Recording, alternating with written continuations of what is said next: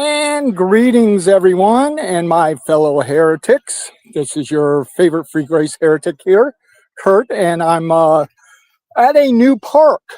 This is Eagle Lake. It's within, again, Pinellas County, part of the county parks that we have here. It's divided into two places, or kind of two spots.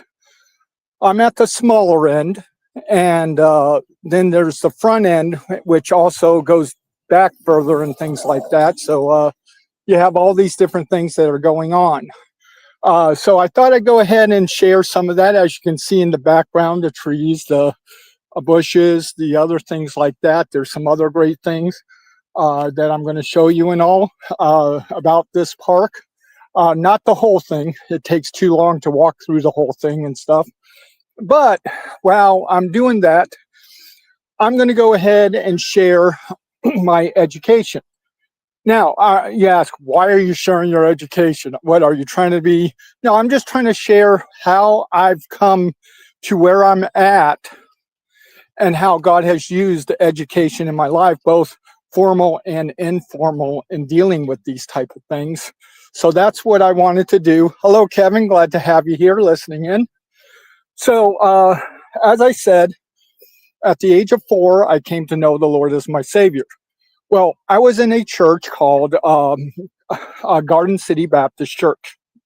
It is there that my education actually started, even at a young age. Like I said, we had a couple things going. One, as I said previously, I was also part of the Bible, or going to a Bible club, and the two ladies that did the Bible club, and they were missionaries in this way because they were being supported and all to go around and do these type of things. What happened is that listening to and seeing these different things, or hearing, that helped with the start. Like I said, it was through that I came to know the Lord as my Savior. Now, when it came to church, I had some decent teachers and all. One in basically my first grade year and stuff, Carl Hatch, and he actually he was from England, so he's kind of a little bit strict and things like that. But he took the time and actually explained things in a lot higher way than what would normally be done, but in a way that could be understandable. So I've always enjoyed that being part of it. Also, for children's church, Donna Willard, and she was the one who would teach the children's church and going through all the different things and stuff like that. So that starts out where kind of my education, I would have to say, started. Now, to understand also, I did not have the opportunity where, or to say also, I was also seeing God utilizing me even in this point in time, because again, I'd come home from church, mom maybe hanging clothes, because again, we're in Florida. We have the outside hangers, those T things with the lines going on, and she's hanging, I'm out there, and I'm preaching what I learned in Sunday school or what I learned in children's church, things like that. And when I think she wasn't listening, I said, Mom, are you listening? Those type of things. So these are some of the things Mom remembered me doing and stuff at times, and always laughed at me and enjoyed the fact of having wanting to do things and share the Bible. Also, even at such a young age, like I said, I would sing, even though I don't think I sang that well, even at that young of an age. And then also share the gospel at times, things like that. And now it may not have been real in-depth, thorough, and things like that, but that's part of the thing where not only was I being taught, I actually was actually doing, because just having knowledge gives you a big head. But the reality is you got to put into practice. When you put into practice, then those things help. We got a doggy here. That's one of the great things about going to the parks and all. You get to see all the people and the doggies and things like that. Now, down here, I've not seen any alligators in this one, but you do have a lot of turtles. I don't know if you were able to see that, but what I want to show is the lake here. This is the smaller lake. And like I said, for the smaller side and all. But I do want to show that because it is, you can walk around it. There is a pathway and all. I'm not going to go throughout the whole thing, but maybe like I said, it's going to be to the next dock as I head out. But I wanted to show the lake while I tell my story and stuff. So here's the lake.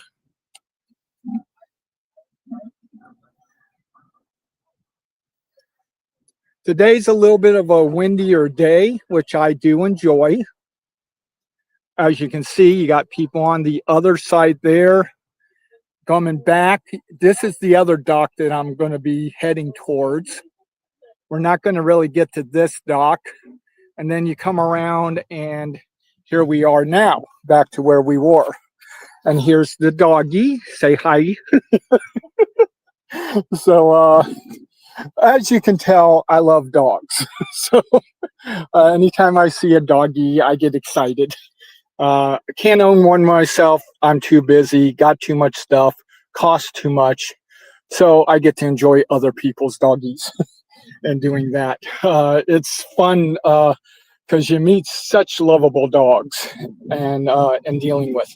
Now, getting back to my story, and like I said, we'll do a little bit more walking. I'll show a little bit more stuff here and there as to what's going on around this park. And of course, in this park, let me do this because we got this. They have multiple shelters.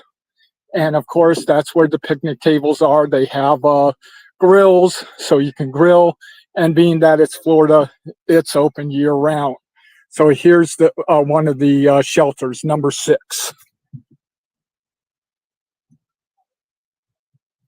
Okay, now I will admit, though it is I have been at this shelter quite a bit.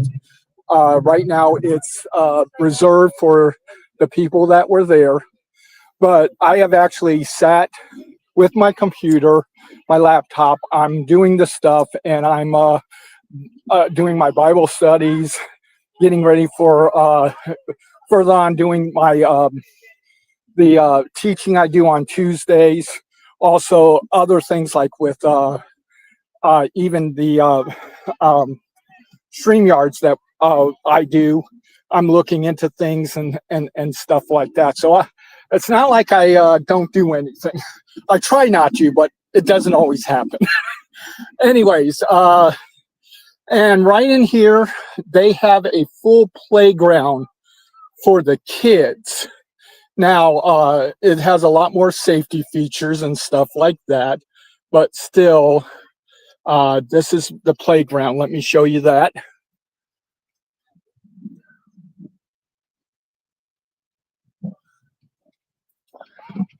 And that's a common feature here in Florida, actually, is playgrounds and things like that here.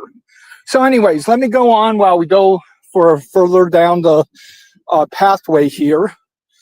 When we deal with my education and all, from first, or I should say from kindergarten through 3rd grade, I actually went to public school. Now, when I got to the end of 3rd grade, I was on a 1st grade level.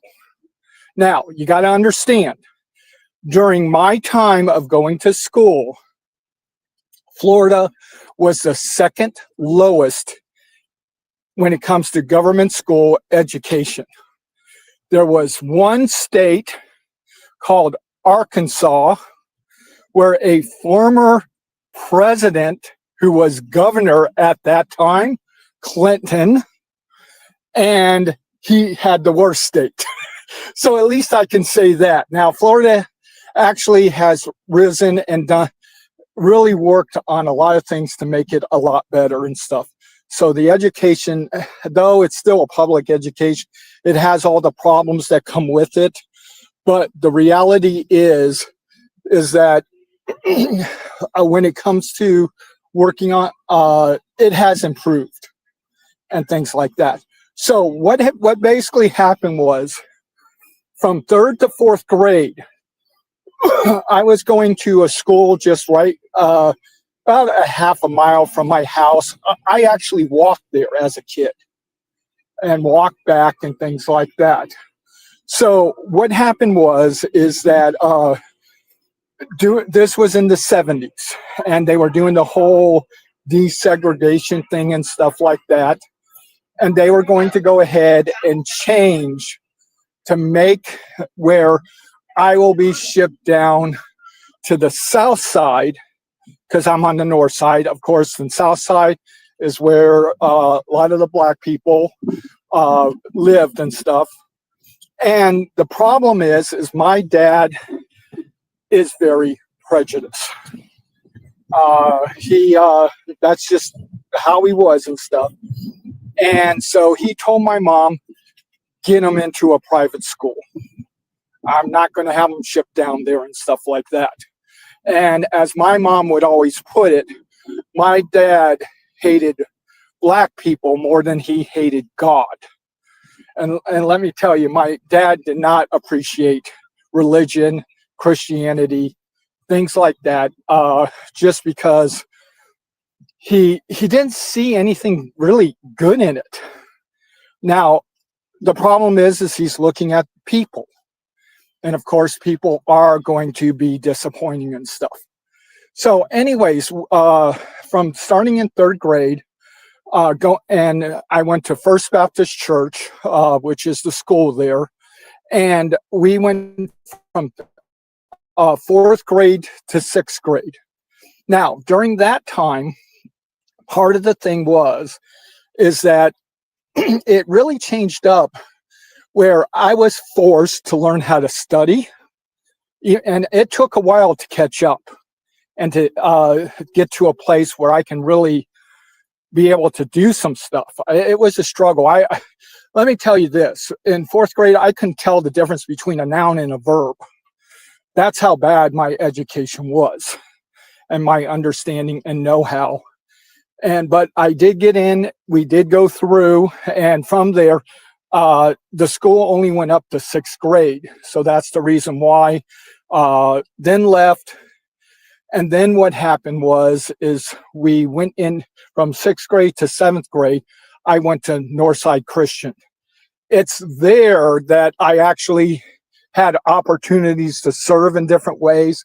My senior year, I was actually the class chaplain, leading up the chapel times that we would have as a class, not as the whole school together and things like that.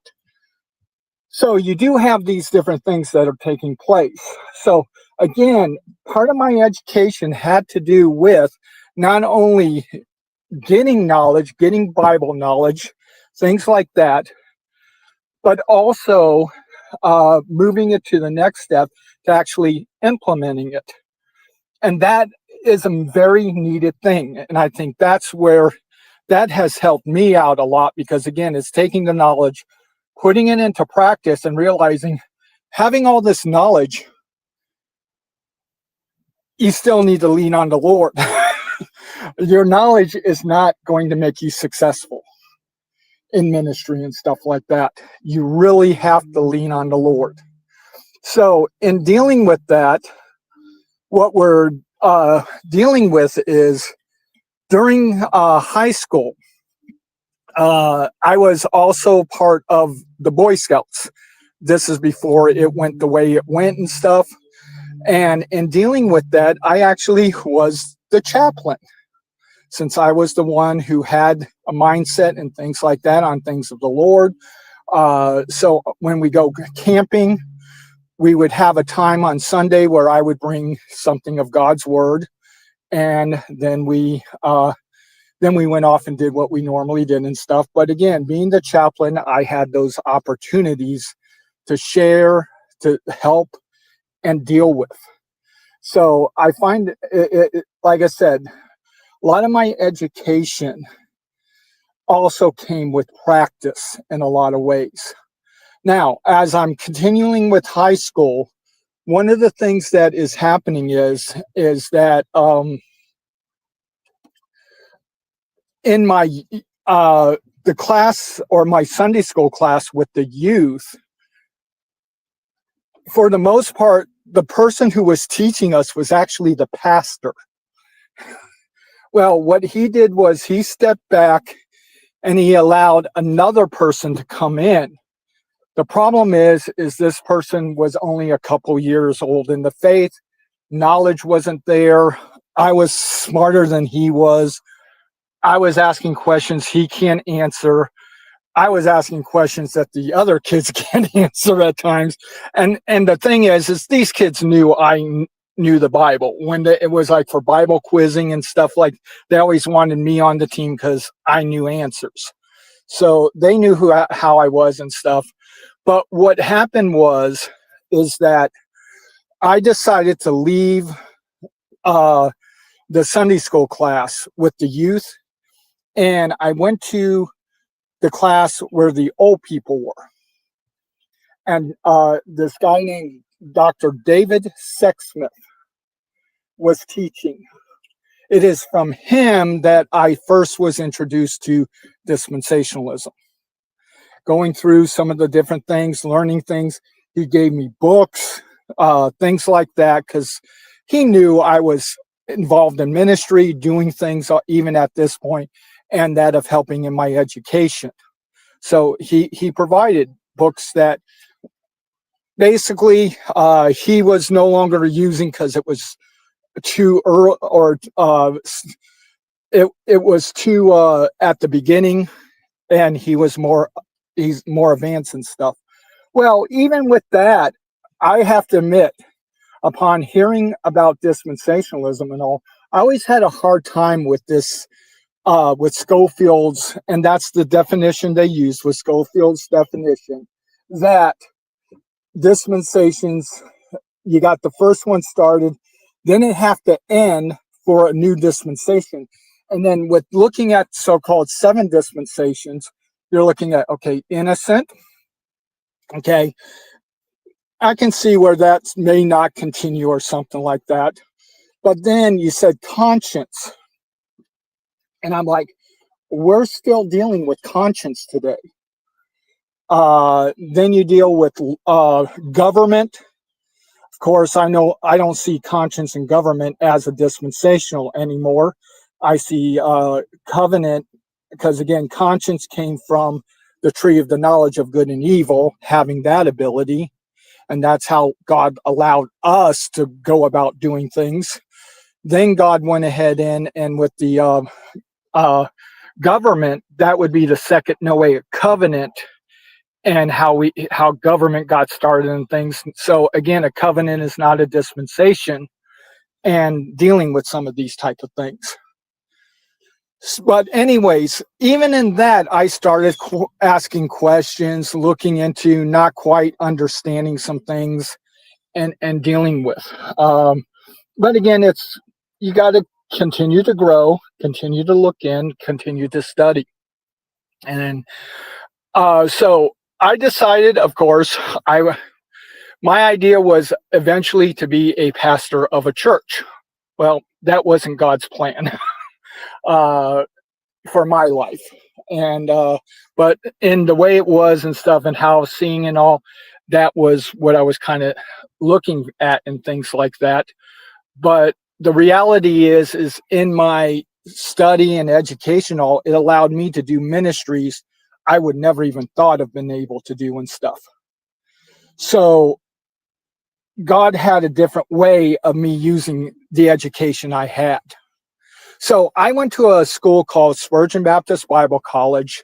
It was part of the General Association of Regular Baptist Churches. For whatever reason, the Lord seemed to lead me there.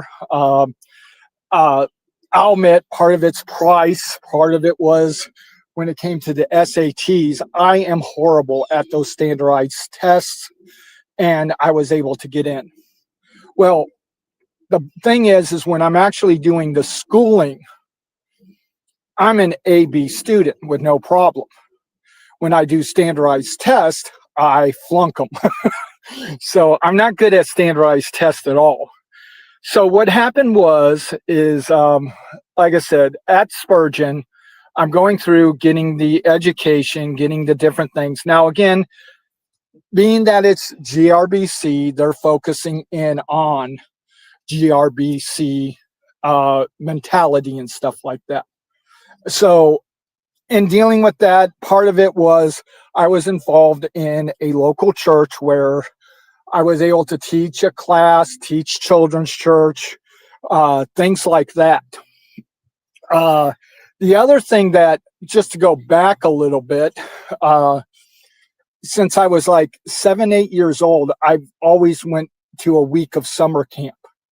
And then starting when I was 17, I became a junior counselor in summer camp.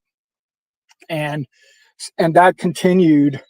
Basically, I was involved in summer camp in some ways or whatever, up to what would have been, I can't remember the exact date, but it's early 2000s, I think it was. Maybe a little bit, yeah, early 2000s. Or is it early 2000? No, about 2005, and dealing with that. So anyways, been involved in camp work and things like that. But I went ahead and Spurgeon actually gave me the ability where I'm going for a pastor or a BA in pastoral studies. It gave me a lot of knowledge, a lot of ability and things like that. Now, one of the advantages that I had also growing up, and I forgot to put this in, so I'll put it in now, is that when missionaries came in, my mom made it available, our home available, to allow them to come in. She'd have a meal for them, allow them to rest. Now, of course, we talked a little bit, but we didn't occupy their time the whole thing. We might have ate, and then after we ate, while things digest, we talked, and then we allowed them to have the rest of the afternoon just to rest, relax, whatever is needed. And one of the great things about being around missionaries is I got to talk to them about the things they won't talk about in church, like the spiritual warfare, the actual dealing with what they had to deal with. Because again, a lot of your churches don't want to hear this stuff. But being that it was in private, I got to hear the actual things that they had to deal with, how they overcame, things like that. So this brought about also in the same way of working when I was at Spurgeon, because one of the teachers that came in that taught missions was a missionary. So him and we were talking and stuff, and I'm learning extra from him than what the class is. Then on top of it, we would go on little weekend things or something like that, to where learning about different things, dealing with missions, how it's working. We went, so it was quite interesting in my learning process. I'm getting all this practical also while I'm at Spurgeon. Well, again, I had to put 4 into 5 years. And because I could not, I had to take, now Spurgeon worked on quarter systems, 3 quarters in a year, not 2 semesters. And I had to miss a quarter, so it basically allowed me to, I put in another year there. Then what I was doing also is I was working at Walmart. And so here I'm working at Walmart, and nothing's opening up, nothing's kind of happening. And my mom goes ahead, because of how she changed jobs, it actually brought in a lot more income, things like that. And she's like, look, I want you to go to seminary. go get a master's and dealing with. So how God was using that was I was in a church, and it was actually a Southern Baptist church at this time, not a garb church. I was in a church, and in talking with them, I became friends with Robbie Heiner. Now, Robbie Heiner was the music minister at the church. He was previously the music minister at Jerry Falwell's Seniors Church. So again, the name slips, so that's why I'm not saying it. But he was at his church. And so in working and learning from Robbie, the Lord led me to Liberty Seminary. Now, here's the interesting thing. I'm around two of the most conservative, separatist, may I say, fundamentalist, dogma type groups, the GRBC, and also the Baptist Bible Fellowship, because them two can work together at times and stuff. And when talking about the seminary, could not get any bad reports about the seminary from these two groups. So that was a positive. But when it came to the university, the college, well, then that's where some of them had problems and things like that. So the Lord worked it out. I went to Liberty. I'm thinking, okay, I'm looking at going for a Master of Divinity. The halfway point gives you a Master of Arts in Religion. I'm going for the degree. That's my cake. Now, anything else I do besides that, that's going to be frosting. Well, let me put it this way. When I left Liberty, I had so much frosting you could not see the cake. What happened is my first semester, I basically was trying to be within the church. It didn't really work out. I got involved in a on-campus ministry, started doing that. The second semester, I'm working with them and all. By the second year, I became the administrative assistant for the organization called Shepherd Ministries. In doing that, that basically made me second in command in that way, because a lot of the other leadership graduated or moved on and things like that. So that placed me in. Plus, I was in seminary and we're working with a lot of the college students and in dealing with. So here I'm going to classes, doing full-time seminary, which is 12 hours. And then I'm doing 60 to 80 hours of actual ministry. And we're working, and we grew the ministry to the place where we were dealing with 5 sub-ministries underneath the one ministry. And my primary area was dealing with what we call on Thursday, allowing people to come in and preach and helping them develop in their preaching and things like that.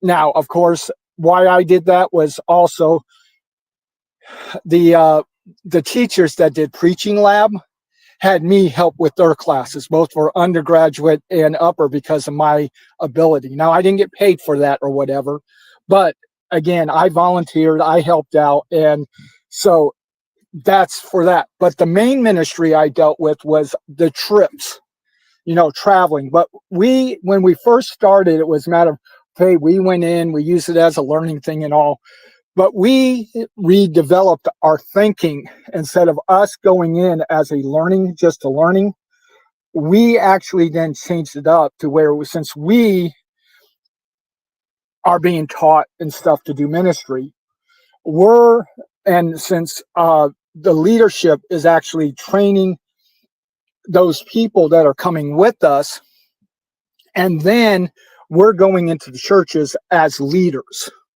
as helping them in equipping people for the ministry, on helping in areas, things like that. So we went up and down the East Coast going to churches. It's a rarity I had a weekend off. a couple times I did, but it was a rarity that I had a weekend off. And being the administrative assistant, my job was also throughout the week, touching base, getting things ready, knowing what's happening, stuff like that.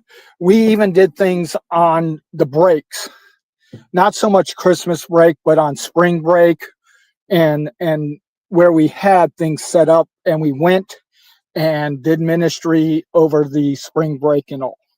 So again, we're doing all of this different things. So so anyways, with Liberty, I graduated with a Master of Arts in Religion and then Master of Divinity. Okay. After that, God basically worked it out where I went back and I went full time as a camp helper. And so I was there for about a year and a half, something like that. And then the Lord moved me on.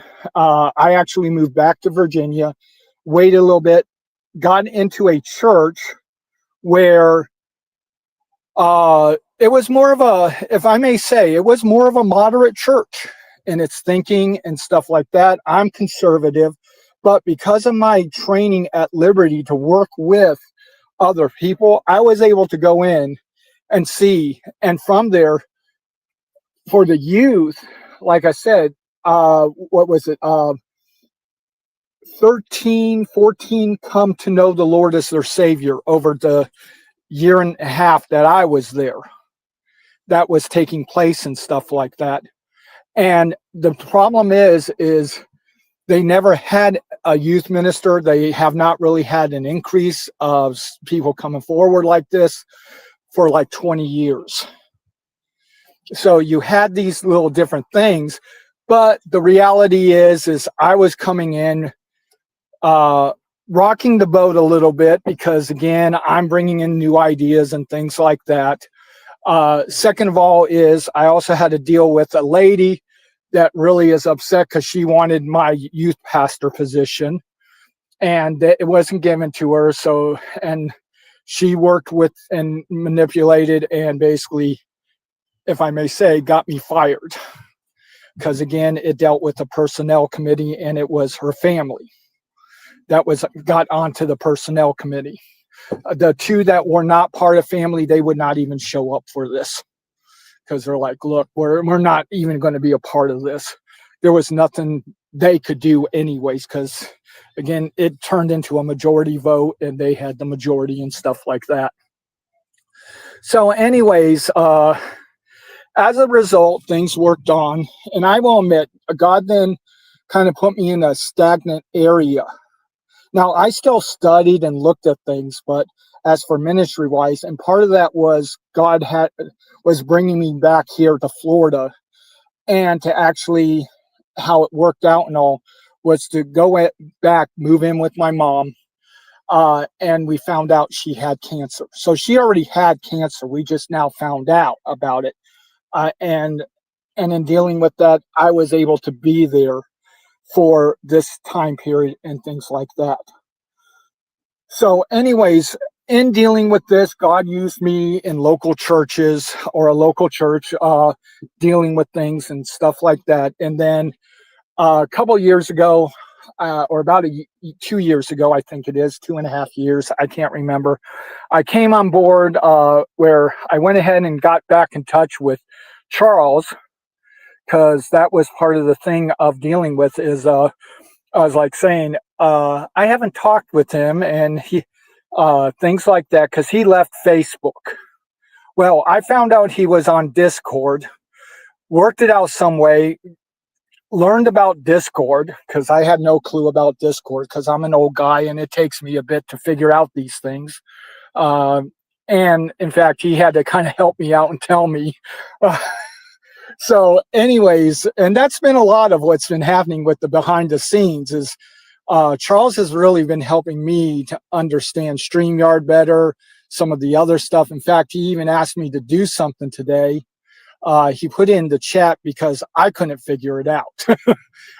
And Janet just said, no, turn the phone sideways, and there it is, what you needed to do.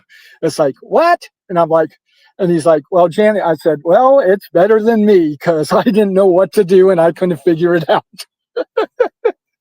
So, but in doing that, that has opened up also the opportunity for me, like I said, to do the programs, share these different things. So my life has not been what I aimed for, what I thought it might be and stuff.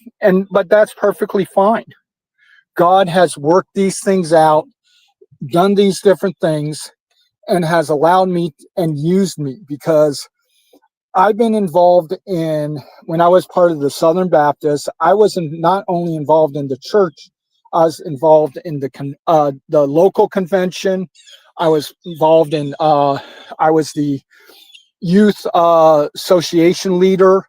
I was also involved in another youth thing in the area. We also put on things for the whole state, and I was involved in helping and dealing with, like I said, the 9/11, the sniper up there. I was there, and I was part of teams that worked on this, did these type of things, and really allowed for God to use me. So I just wanted to share in part of my testimony on, though my life didn't go the way I thought it would be as a little kid. But like I said in my testimony, when I was 12, I made that commitment to God. And I said, God, I commit my life to you. And I even said at that time, I don't really understand what this is going to mean. But whatever it is, I commit it to you. And I look back at my life and I praise God. Now, were there struggles? Were there hard times? Were there things I messed up on, sins, other things like that? Yeah. There were stupid things I did and stuff like that. But the reality is God was continually working like he does in all of us. Now, like I said, I'm talking about my education. Education is also dealing with the practical and how it gets applied and things like that. And that's the reason why I'm able to do what I'm doing now. Not only because of the education, because let me tell you, the education only gets you so far. But you can't do it in the flesh. And one of the major things God has really taught me, and that's why I keep emphasizing, is relying on him, doing it with him. And that's when I see God at work, is when I'm in fellowship and doing the stuff with him. Because again, that's where we have life. That's where the ministry we do actually has life, because Jesus is the life. And he gives life to you, to me, to all believers. But if we will abide, and I'm talking about experiential life, not the positional life, but the experiential life. And he wants to give an abundant life. I can't say I haven't had an abundant life, because I look at what God has done and I just can praise him and look at all that God has used me for and dealt with and helped train not only the regular lay people, but also other pastors and things like that. So God has used me in a lot of ways and things like that. I just wanted to share this aspect because, again, people look at this ministry or look at someone and say, hey, it looks like he has it all together. No. I know the one who does have it all together, and I rely on him because I can't do ministry. The reality is I don't have it in me. I need God.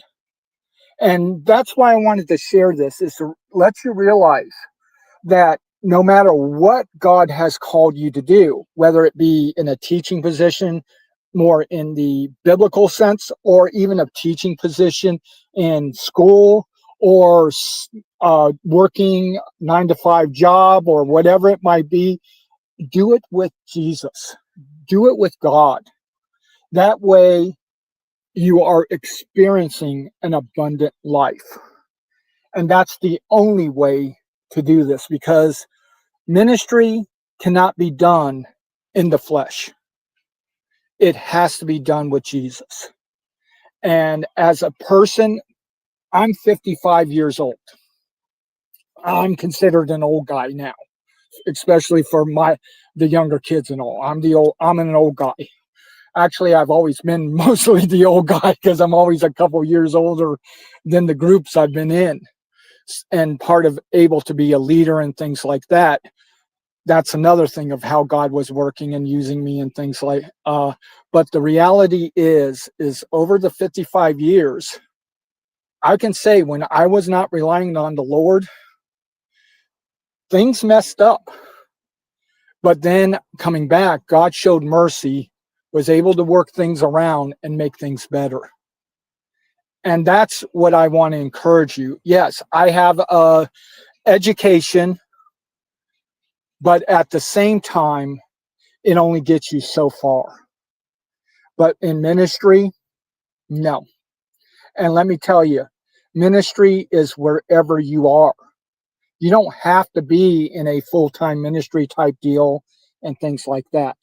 What you have to be is one that is living for the Lord and God using you as to where you're walking and going. So that's my encouragement to y'all. So as looking at just one last little thing of dealing with what I'm looking at is for the park and all, there's areas that you have it where it's dirt paths. You got other type of paths here. And then you do have areas that are open where people will do softball, soccer, other type of things that they may do and things like that. So I know this is longer than a short or whatever. I kind of figured it would be, but I wanted to share. Just a reminder, we will be doing a after show tonight after the debate with Praise the I Am and Territon Fan, and they're going over Hebrews 10. So we will be having that. So those that like to stay up late and be part of the nightlife, as you know, I'm not really that way, but I'm going to have it prepped. So I'm going to be there since I'm leading the after show. Want to come and be a part of it. So as we get ready, and I'm moving on to that next one. Thank you all, and have a wonderful day.